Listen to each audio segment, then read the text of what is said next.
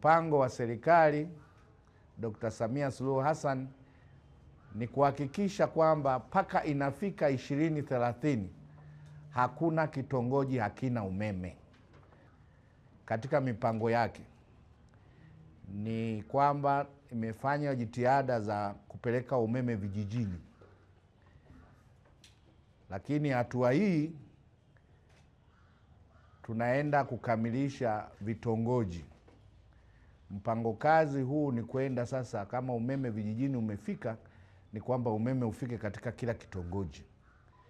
Na kwa mkoa wa Arusha sisi tuna vitongoji 127 havijapata umeme, lakini vitongoji 127 vinaenda kuwekwa umeme.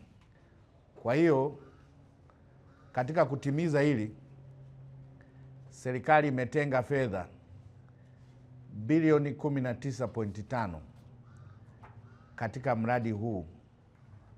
Kikubwa, kwa niaba ya wakuu wa wilaya na watendaji wote wa serikali, ni wahakikishie sisi tutatoa ushirikiano wa kutosha. Tutafanya kazi na nyinyi, tutafanya kazi na wakandarasi.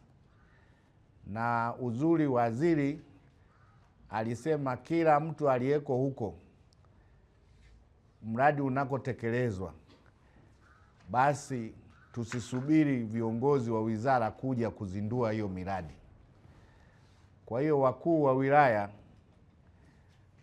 vitongoji ambavyo mkandarasi anakamilisha hapo hapo bila kuchelewa, kwa sababu mtakuwa mnafuatilia utekelezaji wake. Kwa hiyo na nyie muhusike katika kupeleka furaha hiyo kwa wananchi.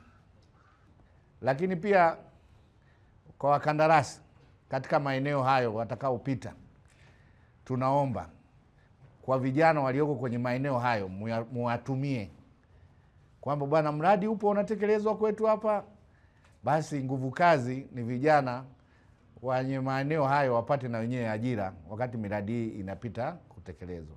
Katika mkoa wako huu tunautambulisha mradi wetu huu leo, unaitwa HEP 2B. Jumla ya wateja tutakaenda kuunga ni 4086 na hizo umeta nimezisema 381. Mheshimiwa Mkuu wa Mkoa, kwa kweli tunashukuru serikali hii ya awamu ya 6 ya Dr. Samia Suluhu Hassan kwa kutenga fedha hizi bilioni 19.5 kwa ajili ya kwenda kupunguza vitongoji visivyokuwa na umeme katika mkoa wetu wa Arusha, na huu ni mwanzo tu.